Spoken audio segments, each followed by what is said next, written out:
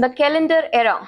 Now again, UPSC in 2014 prelims has asked the question. I don't think any other time they have asked the question from this part. It began in 78 AD and is now used in India's national calendar, right? This is your Saka Samvant, right? Another one is also here, Vikram Samvant, which is your, you can say 57-58 BC. Two calendars were issued, right? And this was issued during the time of Kanishka, right? When there had been the invasions of Indo-Greek from the northern west frontier and establishment of the Indo-Greeks into the Indian subcontinent. The ancient Indian text that systematically describes about the surgical procedures, including the plastic surgery, is your Shushat Samhita, right? Our ancient Indian knowledge for science had been very advanced.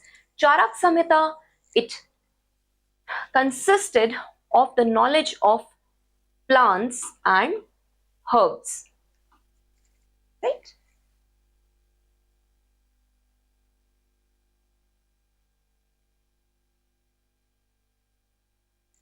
Now you consider the following statements over here and correctly match. Pointed arcs, Indo-Islamic, common in Mughal architecture, right? So this statement is wrong. Cruciform ground plan, yes, this is a part of your Indo-Gothic style. You will see in the Victorian churches, this is absolutely right. Anonymous facades, extensive ornamentation from the French style, no, this is wrong. Upturned dome, Neo-Roman, seen in your Rashtrapati Bhavan, this is correct. So 2 and 4 are absolutely right over here.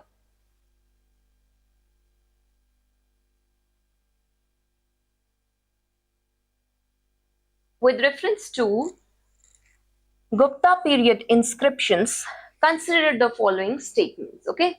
The Mehrauli iron pillar inscription, it credits Chandragupta II with the victories. Yes, this is correct.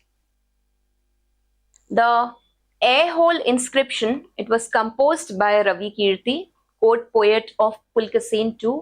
Yes, you will be studying this when there is a conflict. There will be a conflict. You will study in ancient India that there will be a conflict between Harsha, who will be trying to cross over the Narmada region, and there will be Pulkasen II from below. The Pallava king, the Pulkasen II. Okay.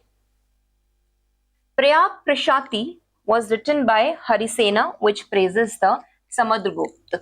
All these statements are absolutely correct. Right? Charvaka. Philosophy accepts the authority of Vedas. Now understand, when you study Indian philosophy, you will notice that there are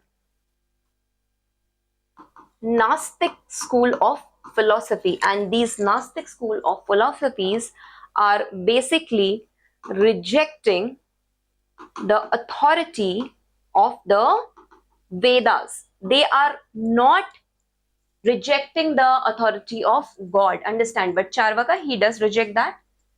Gnostic means rejection of the authority of Vedas, and these are your heterodox school of Indian philosophy. Apart from this, Buddhism and Jainism are also a part of it. So basically, he rejects the authority of Vedas. He promotes materialism and hedonism. Absolutely right. The conception of borrow the butter and drink the ghee has been picked up by Charvaka.